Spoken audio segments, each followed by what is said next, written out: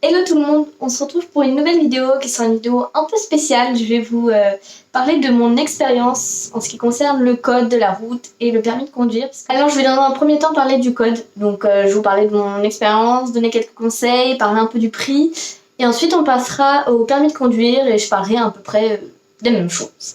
Donc c'est parti pour le code de la route. Alors je me suis inscrite en novembre dans une auto-école pour passer le code de la route et seulement le code de la route parce que j'étais pas sûre financièrement de pouvoir payer le permis de conduire. Du coup j'ai pas pris le pack. En fait ils peuvent, ils proposent une formule avec code et permis, donc moi je voulais faire séparément parce que j'étais pas sûre de pouvoir tout payer d'un coup. Donc je me suis inscrite pour le code de la route. Et dans mon auto-école, il y a deux formules. Première formule, on prend le code de la route pour avoir accès à la salle à l'auto-école et ainsi que pouvoir faire des séances chez nous sur notre ordinateur. Donc cette formule-là coûtait environ 600 €. Et il y avait la deuxième formule qui consistait à prendre seulement un abonnement pour chez soi. Il y avait quelques séries à faire à la maison et voilà, donc on n'avait pas accès à la salle à l'auto-école. Et cette formule coûtait 280 €. Donc moi j'ai pris cette deuxième formule qui était moins chère. En plus je me disais que j'allais avoir la flemme d'aller à l'auto-école, donc voilà, c'était beaucoup mieux. Et comme j'avais du temps chez moi, je pouvais largement le faire chez moi tranquillement, prendre mon temps, réfléchir sur les questions, sur les réponses. Tandis qu'à l'auto-école, il n'y a pas moyen de faire pause, de prendre son temps et tout ça. Donc, voilà pour ça. Donc j'ai payé 280 € plus le livre qui était à 15 € et c'est tout pour le code. Donc je suis rentrée chez moi, j'avais mon petit identifiant, mon petit mot de passe, je me suis inscrite sur le site et donc j'ai tout simplement fait des séances. Au début c'était catastrophique, ne vous inquiétez pas, je tournais autour de 20 fautes voire plus. Et c'est normal en fait, enfin, j'avais même pas lu le livre, j'ai voulu faire 2-3 séances, enfin 2-3 séries pour voir le niveau que j'avais. Bon bien sûr c'était catastrophique, en même temps c'était la première fois que je tentais. Donc voilà, faut pas s'inquiéter dès le début. Ensuite, j'ai commencé à lire mon petit livre, à feuilleter les pages, et là c'était une galère, enfin, il est épais comme ça le truc, enfin, il y a trop de trucs à retenir d'un coup, du coup ça m'a saoulée. Je l'ai quand même lu. Tout au long des mois, je l'ai lu, mais ça me saoulait vraiment. Mais bon, je pense qu'il faut le faire quand même. Parce qu'il y en a, ils y arrivent très bien sans. Mais je pense pour avoir une petite idée quand même, c'est bien de le lire une fois au moins. Donc ce qui s'est passé, c'est que j'ai fait mes séances chez moi et en fait, il y avait un nombre limité de séries. C'est-à-dire, il y en avait peut-être 140, je ne sais plus précisément. Et je trouvais ça pas énorme. Alors j'ai pris un abonnement de 30 € sur une auto-école en ligne. Donc en fait, il n'y a pas d'auto-école dans la ville vraiment, c'est vraiment en ligne, tout se passe en ligne. Et donc on paye 30 € d'abonnement pour avoir plusieurs séries, donc il y en avait 40. Et ensuite, si vous voulez passer l'examen, c'est 30 € supplémentaires. Donc je trouvais ça vraiment bien. J'aurais pu le faire qu'avec ça, mais voilà, pour être sûre, j'ai préféré passer par une auto-école normale. Mais j'ai payé 30 € supplémentaires à mes 280, ce qui m'a permis d'avoir davantage de séries. Donc pendant plusieurs mois j'ai fait ces séries. Je vous cache pas que tout novembre j'en ai fait. Et au mois de décembre, avec Noël, plus trop. Je me suis dit après Noël, je m'y remets bien, il y a les vacances et tout, c'est normal. Donc arrivé en janvier, je m'y suis mis à fond, février pareil. Et là j'ai eu une date. J'ai eu une date pour le 20 février et j'y suis allée. Donc j'étais plutôt sereine, je tournais autour de 4-5 fautes, mais pas plus en général, pas moins non plus, mais pas plus, c'est le principal. Et je me sentais plutôt sereine, mais vous savez, il suffit de quelques questions un peu plus compliquées, et voilà, donc j'y vais. Et il demandait d'être 15 minutes en avance au lieu de rendez-vous, donc je m'y rends avec 10 minutes d'avance seulement. Vous allez me dire 10 minutes, c'est de l'avance quand même, c'est déjà bien. C'est ce que je me suis dit aussi. J'arrive devant l'auto-école et je ne vois aucun élève, enfin, aucune personne quoi, qui passait le code. Donc, je vais voir à l'accueil, je lui dis que je suis là pour le code, que je suis 10 minutes en avance, donc je suis pas vraiment en retard, mais voilà, je vois personne, ou faut attendre quoi, enfin, c'est où, il est où le problème? Et le gars me dit, mais madame, là, vous vous êtes trompée, enfin, vous avez pas reçu de mail de votre auto-école, l'examen a lieu dans un autre centre, enfin, je comprends pas, on nous a pas prévenu. Là, ma tête, elle s'est décomposée, vraiment, j'étais déjà stressée. Et là, je lui dis, non, mais monsieur, vous pouvez pas me dire ça, j'ai pas reçu de mail, il m'aurait prévenu quand même, au moins la veille, là, j'ai rien du tout, je comprends pas, c'est pas possible, enfin, vous vous foutez de ma gueule. Et le mec, il me regarde, il fait oui.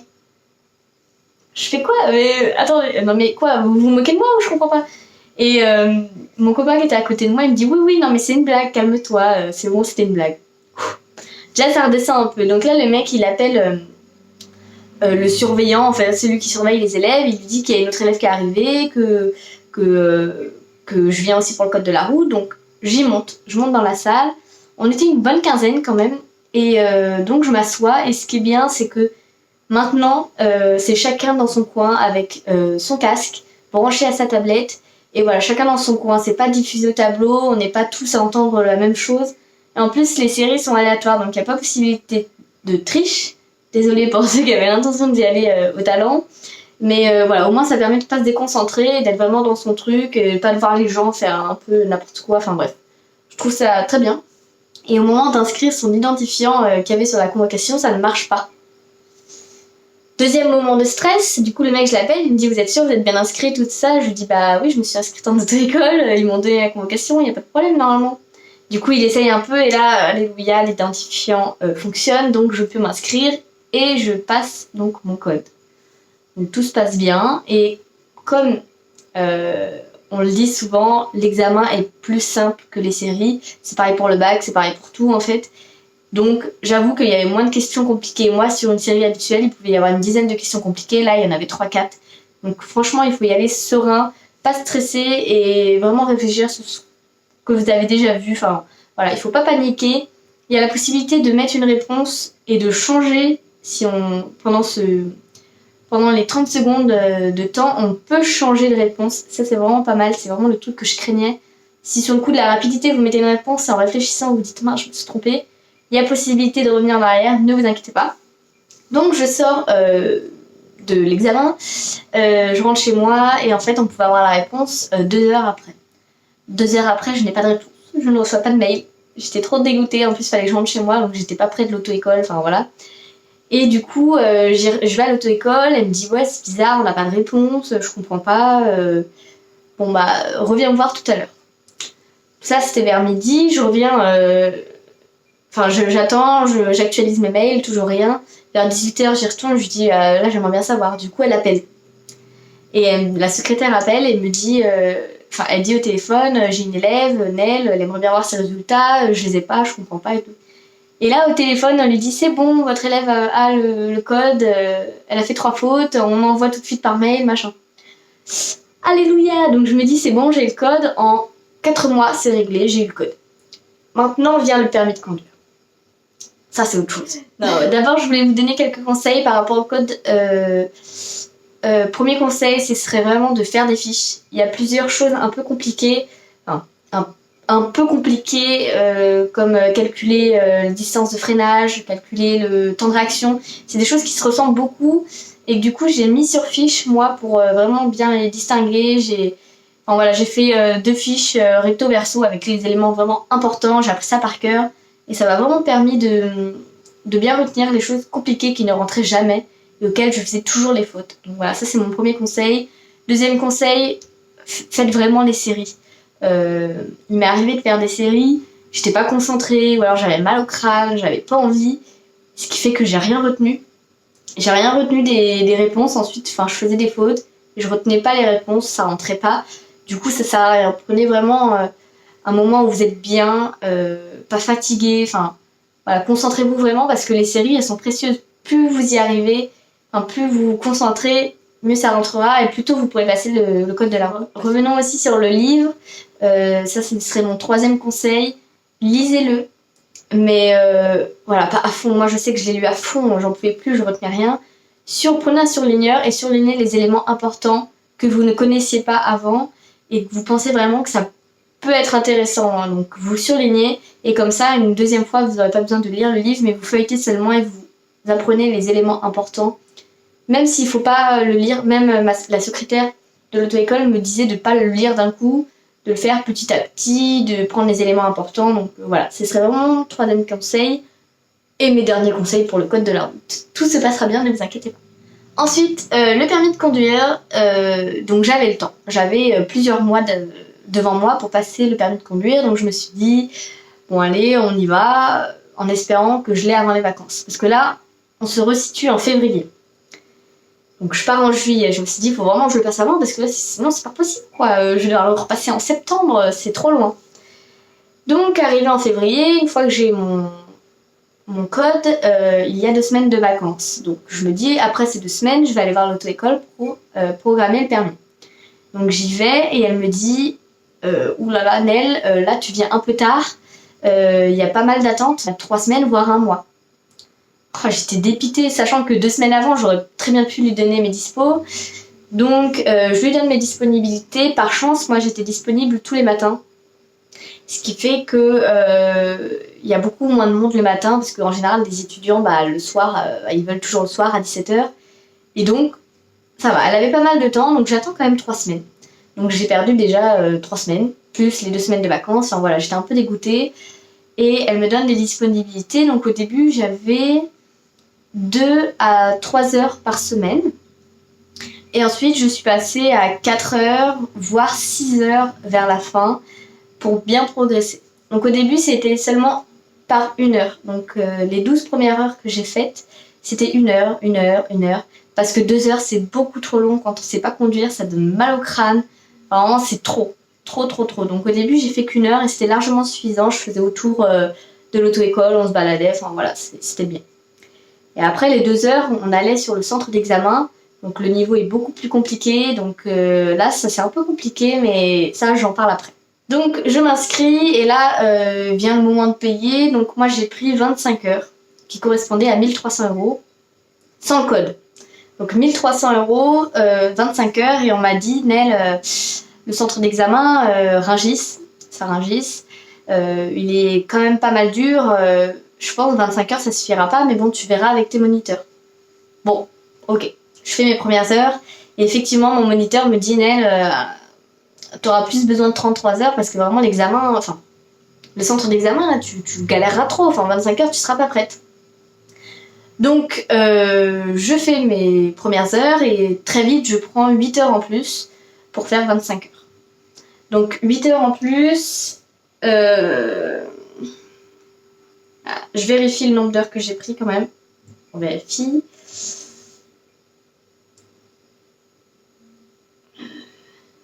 Donc voilà, j'ai payé 25 heures qui correspond à 1 300 € et j'ai rajouté 8 heures qui correspondaient à 424 €.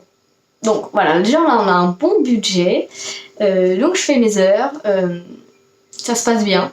Au bout de 17 heures, mon moniteur me dit écoute Nel, là t'as tout vu. Mais maintenant on va faire de l'entraînement parce qu'il n'y a pas le choix. Enfin, faut connaître les parcours par cœur, faut connaître tout, les priorités à droite, les machins, les trucs, vraiment pour pas faire de faute le jour J. Et il me dit peut-être t'auras besoin de recaser quelques heures parce que ça met du temps d'avoir une date. Du coup c'est mieux de pas avoir de trou de 1 à 2 semaines entre les deux. Donc je suis vers la fin de mes 33 heures et la secrétaire me dit qu'elle m'a programmé une date. Déjà un peu surprise parce que c'est ni mon moniteur ni moi qui le demandais, c'est elle. Donc elle me programme une date qui était la veille de mon anniversaire. Ah, le stress arrive. Donc j'ai pris... Attendez, je vérifie. J'ai pris 5 heures supplémentaires avant la date. Et donc je fais tout, j'étais prête parce que juste avant mon examen, j'avais fait 6 heures dans la semaine. Donc je me sentais bien prête. Et la veille, enfin 2 jours avant l'examen, je reçois un appel de l'auto-école qui me dit Nel, rappelle-moi s'il te plaît, c'est important. Ok, déjà ça sent la mauvaise nouvelle. Du coup, je rappelle. Et là, elle me dit que malheureusement, ma date a été annulée, que ce sont les examinateurs, ils font un peu ce qu'ils veulent et que voilà, il faut que je passe à l'auto-école pour trouver une autre date. Du coup, j'y passe, j'étais trop dégoûtée, mais en fait, effectivement, l'auto-école n'a rien à voir avec les examinateurs, ce qui fait que les examinateurs font ce qu'ils veulent. Et moi, là où je suis, ils annulent tout le temps leur date. Ils annulent, ils redonnent, ils reviennent pas, ils annulent au dernier moment, le matin même, parfois. enfin un peu n'importe quoi. Du coup, elle annule et elle me dit qu'elle me rappelle quand elle a une date. Enfin, voilà. Donc, j'attends. Et elle me dit, elle me rappelle, elle me dit j'ai une date pour... C'était quand d'ailleurs? Pour le jeudi 28 juin. Donc, une semaine après, j'ai eu de la chance. Donc, je recase 2 heures seulement. Enfin, j'ai fait 2 heures et le jeudi, j'avais mon examen. Donc, mon tour vient, très très stressée. Vraiment trop. Et je pense que c'est ce qui joue des tours à pas mal d'élèves. C'est le stress qui les font échouer parce que vraiment, c'est... Non, c'est vraiment stressant, je comprends. Ceux qui passent par là, je comprends. Du coup, je rentre dans la voiture, je règle tout et il me dit, allez, on y va. Et là, dès le début, je fais un stop, donc je m'arrête. Et là, il me dit, collez-vous bien sur la droite pour laisser bien passer la moto. Je vais pour me coller bien à droite. Je laisse passer la moto et en fait, en la regardant, je me suis un peu trop approchée de la voiture. Il me fait, attention, mademoiselle. J'ai vu son pied bouger et j'ai vite appuyé sur le frein avant. Là, je me suis dit, ok, dès le début, j'ai failli faire une faute éliminatoire parce qu'à partir du moment où il appuie sur le frein, c'est mort. Donc, ok, là, le coup de stress, là, je me dis dès le début, c'est pas possible, quoi, trop stressée. Donc, je me calme un peu et voilà. Je reprends mon truc. Pas de grosses fautes, mais plein de petites fautes accumulées. Et je me suis dit, putain, mais c'est pas possible. Enfin, là, vraiment, je vais pas l'avoir, quoi. Et donc, au moment du retour, je me dis, mais il m'a pas fait faire de manœuvre. Pourquoi? Parce qu'en général, les élèves qui font pas de manœuvre, c'est qu'ils ont fait une faute éliminatoire et que ça sert à rien, du coup ils rentrent à l'examen. Du coup, la stress supplémentaire, je me dis putain, je me suis bien entraînée en plus à me garer, les créneaux et tout, je les gérais à fond, donc j'avais envie d'en faire un. Et au moment du parking, il me fait bon bah j'ai pas trouvé de place, donc mettez-vous sur le long du trottoir là. Donc je me mets le long du trottoir, je me dis ok, d'accord, je sais pas ce qu'il va me faire faire. Et il me dit collez-vous encore plus et vous allez reculer sur une ligne droite. J'ai jamais fait. J'ai jamais fait avec mon moniteur. Du coup, je me colle. Et là, c'est pour ça que c'est bien de tout voir avec vos moniteurs, parce que ça, pour le coup, je l'avais pas fait. Et moi, je pensais qu'il fallait reculer droit, dans le sens où la voiture devait rester tout le temps droite, comme si je traçais une ligne droite avec la voiture, donc le volant bien droit. Et en fait, il fallait être droit par rapport à un point de repère, c'est-à-dire le trottoir. Et donc, on pouvait bouger les roues et tout ça, et ça, je ne le savais pas. Du coup, j'ai totalement foiré ma manœuvre. Et là vient le moment des questions. Alors, les questions, c'est bonus. Apprenez par cœur les réponses et ayez vos 3 points, quoi. C'est vraiment le point bonus, je trouve. Et vraiment, enfin, faut tout donner là-dessus. Ces 3 points, c'est énorme. Du coup, il me pose les questions. Les 3, j'ai bon. Enfin, voilà, j'y réponds bien, parce que de toute façon, j'ai appris par cœur. Donc, ça se passe bien. Et là, il me ramène au parking, qui était juste à côté, et ça s'arrête. Je parle au moniteur qui accompagne à l'arrière de la voiture et lui il me dit que pour lui c'est oui, mais il est pas sûr parce que parfois les examinateurs ils pensent un peu différemment et du coup il est pas serein. Donc voilà. Donc moi-même j'étais pas très sereine de base et donc les résultats c'est 2 jours après. Et comme moi je passe un jeudi, les résultats c'était le samedi, mais le week-end parfois il y a pas, du coup c'est le lundi. Donc justement, j'avais trop hâte d'être le samedi pour voir. Et j'ai entendu qu'on pouvait avoir peut-être le vendredi au soir. Du coup, je faisais que d'actualiser, et ça marchait pas. Enfin, j'avais pas de résultat. Et le matin, j'avais un déménagement. Du coup, réveil à 7h. Et mon copain, il regarde sur son téléphone, il actualise, il fait oh, il y a les résultats. Ok. Moment de panique, on arrête tout. Du coup, il y avait un document à télécharger. Et moi, je voulais pas regarder. Vraiment, j'étais trop stressée. Du coup, il actualise, il télécharge le document. Il me fait c'est bon, c'est favorable. Yes! Donc, j'ai eu mon permis et j'ai pas fait de faute éliminatoire. Et en fait, ce qu'ils disent, c'est qu'il faut ensuite imprimer. Donc, je sors mon petit portefeuille. Ils disent qu'il faut imprimer donc le papier qui dit que tu as le permis avant de recevoir vraiment la carte de permis. Et donc, tadam! J'ai mon petit avis favorable que j'ai obtenu avec 25,5 sur 31. J'ai fait quelques fautes, je savais où étaient les fautes. Justement, je m'étais rendu compte que j'en avais fait pas mal, mais comme quoi l'examen est beaucoup plus simple. Ils sont mais beaucoup plus gentils. C'est vraiment pas une rumeur quand on dit que les examens sont plus simples que les entraînements. Qu'il s'agisse du brevet, du bac, du permis, c'est vraiment... ça la vérité quoi. Ben, le bac c'était vraiment beaucoup plus simple que les bacs blancs. Mais voilà, donc j'ai imprimé mon petit permis, je le mets dans mon portefeuille. Voilà, mon père m'a acheté mon petit A magnétique à coller sur la voiture. Et voilà, donc maintenant que je suis ruinée, je ne vais pas m'acheter de voiture parce que c'est trop de frais, tout ce qui est l'essence, l'assurance. Voilà, le transport en commun c'est largement suffisant. Mais au moins j'ai le permis. Et si je peux vous donner quelques conseils, du coup, le premier, ce serait de regarder des vidéos YouTube par rapport aux questions. Donc, il y a les questions de secours et de vérification intérieure et extérieure. Et c'est vraiment bonus, ces 3 points que vous pouvez avoir gratuitement. Et moi, je m'y étais pris à l'avance, comme ça, c'était pas chiant, j'étais pas au dernier moment à stresser. Et j'ai une très bonne chaîne YouTube à vous conseiller, ça s'appelle Lolo le Mono. Tout simplement, je vais vous mettre le lien dans la description. Il présente plein de voitures avec toutes les vérifications intérieures, extérieures, ainsi que les questions de secours. Du coup, j'ai appris ça par cœur. Je faisais que de les regarder, ça peut paraître chiant au début, mais après, quand vous connaissez, vous vous dites ah c'est bien, je connais, tout va bien. Et le deuxième conseil, c'est de regarder des vidéos sur le permis de conduire. Donc pas des vidéos comme vous êtes en train de regarder, mais des vidéos où il y a vraiment un examen blanc avec un moniteur, un élève, et regardez les vidéos, regardez les fautes qu'il fait. Déjà ça va vous mettre en condition, enfin vraiment ça me stressait rien que de regarder les vidéos, mais c'est vraiment bien, ça permet de voir comment ça se passera le jour J. Donc je regardais des vidéos comme ça, je vous mettrai plusieurs liens en description, j'ai 2 chaînes notamment que je regardais souvent, donc je vais vous les mettre en description. C'est vraiment pas mal, franchement prenez le temps de regarder quelques vidéos même si ça dure 30 minutes, enfin plus 25. Prenez le temps d'en regarder même si vous passez un petit peu, mais franchement c'est pas mal.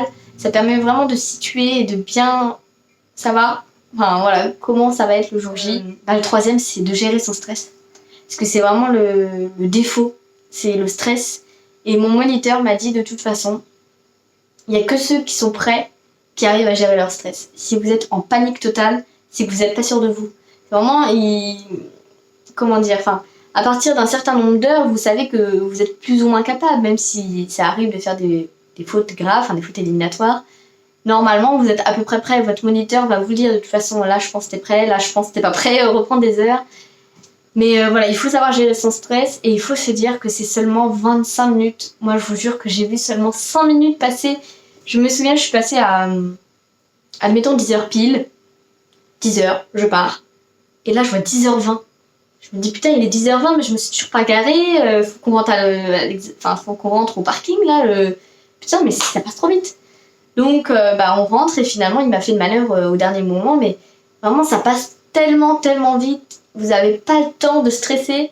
On dit 30 minutes, en réalité, c'est 25. Et sur 25, vous envoyez 5 minutes passer max. N'hésitez pas à regarder d'autres vidéos parce que je ne pourrais pas seulement vous déstresser rien qu'avec mes vidéos. Mais voilà, c'est vraiment rien en fait. C'est le stress qui pourrait vous faire perdre. Donc, il faut se dire vraiment, c'est rien. Au pire, je loupe. Je passerai une prochaine fois.